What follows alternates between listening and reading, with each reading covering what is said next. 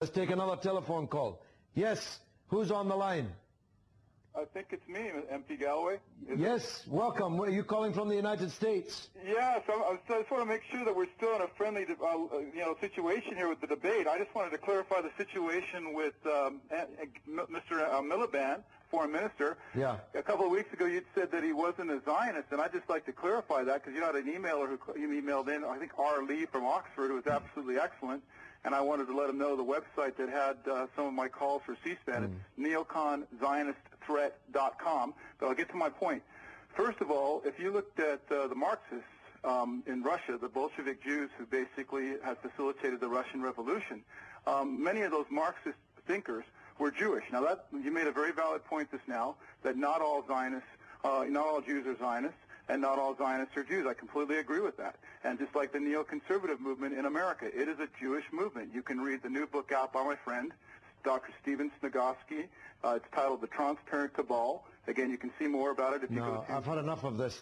I'm not accepting this kind of racism on this television show, and neither, for that matter, is PressTV.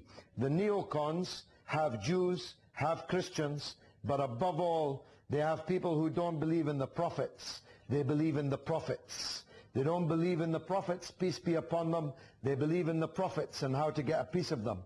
And I'm not going to have people throwing this kind of poison into this particular well. So it's better if you don't call me back. You're banned from the show. Let's take an email now, coming up on the comment wall. It's from Bristol, the United Kingdom. Ramon, why don't you and your jihadist colleagues get over Palestine and move on? Countries have been colonized throughout history, and those people have gone on to make good lives for themselves without blowing up innocent civilians in between the odd Kalashnikov-wielding photo opportunity. The American Indians or Australian Aborigines make it through the day without a tractor-driving shooting spree.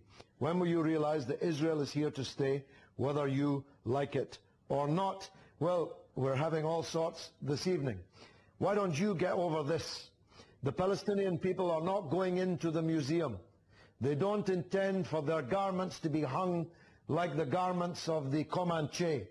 They do not intend to be a museum piece. They are a living national entity with faith and with an attachment to their land which will never die. The Palestinian people, as long as 100 of them remain alive, will fight to recover their homeland and to recover their national rights.